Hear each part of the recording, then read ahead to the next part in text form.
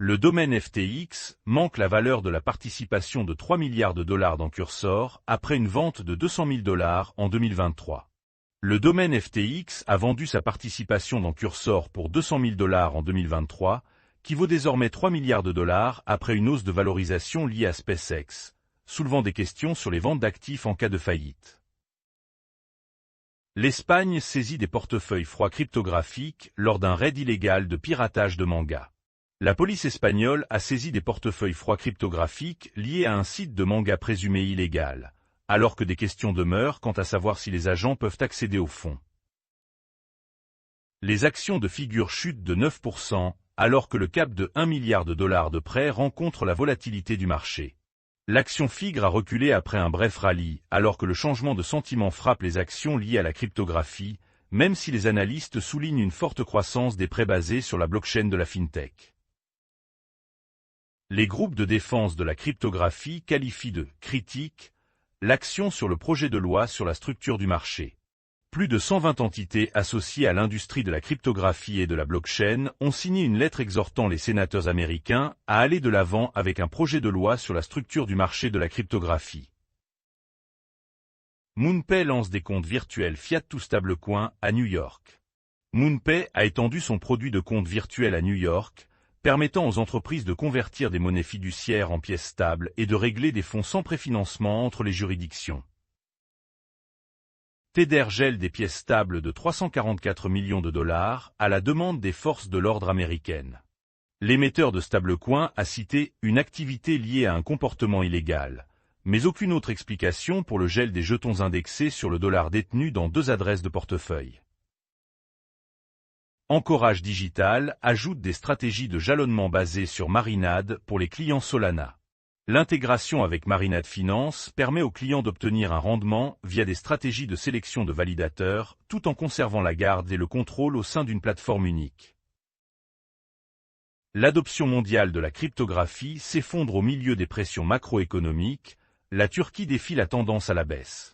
L'activité de cryptographie au détail a chuté de 11% au premier trimestre alors que les pressions macroéconomiques pesaient sur les marchés, bien que la Turquie et les économies émergentes aient fait preuve de résilience, selon les données de TRM Lab.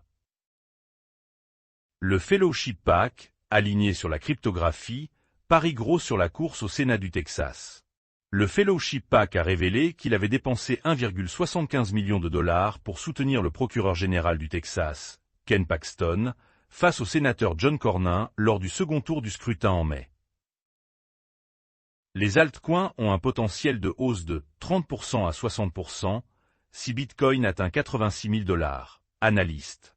Le fondateur de MN Trading Capital, Michael Van de Poppe, ne s'attend pas à ce que Bitcoin tombe en dessous de 75 000 dollars à court terme, même si les traders de Polymarket anticipent un résultat différent. Un soldat américain a parié plus de 400 000 dollars à Polymarket sur la capture de Maduro. Les procureurs américains ont allégué que Gannon Ken Van Dyke avait demandé à Polymarket de supprimer son compte après avoir profité de transactions liées à l'opération militaire au Venezuela. Les protocoles cryptographiques promettent 43 000 ETH pour restaurer le support RSETH. Mantle, Etherfi Foundation, Golem Foundation, Lido DAO, Ethena, Layer0, Inc Foundation et Tirdo se sont tous engagés à contribuer à l'effort de rétablissement DeFi United.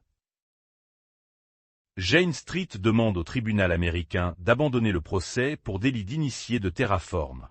Jane Street a déposé une demande de rejet de la poursuite pour délit d'initié de Terraform, arguant que les raisons de l'effondrement de Terra ont déjà été plaidées. Les États-Unis s'engagent à lutter contre le vol d'IA, à l'échelle industrielle, par des entreprises chinoises. Le Bureau de politique technologique de la Maison-Blanche a déclaré que des entités étrangères utilisaient des comptes proxy et des techniques de jailbreak pour extraire les capacités des modèles d'IA américains.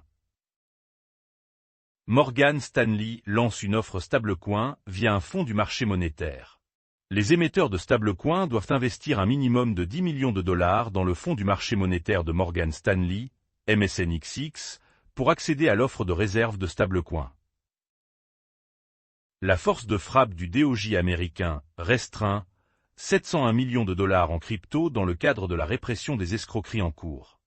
En plus de geler la cryptographie, la force de frappe a également saisi une chaîne Telegram utilisée pour recruter des demandeurs d'emploi sans méfiance et a supprimé 503 faux sites web d'investissement cryptographique.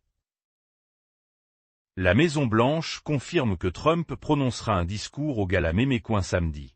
Le président américain Donald Trump apparaîtra à un événement pour les détenteurs du Mémécoin Trump après que la Maison-Blanche a précédemment déclaré que cela n'était pas limité à son emploi du temps. Metaplanet lève 50 millions de dollars en obligations à taux zéro pour acheter plus de Bitcoin. Metaplanet lève 50 millions de dollars via des obligations à taux zéro auprès d'EVO Fund pour élargir sa trésorerie Bitcoin, étendant ainsi sa stratégie d'accumulation axée sur les marchés des capitaux. Succinct lance une application iPhone pour vérifier cryptographiquement les photos.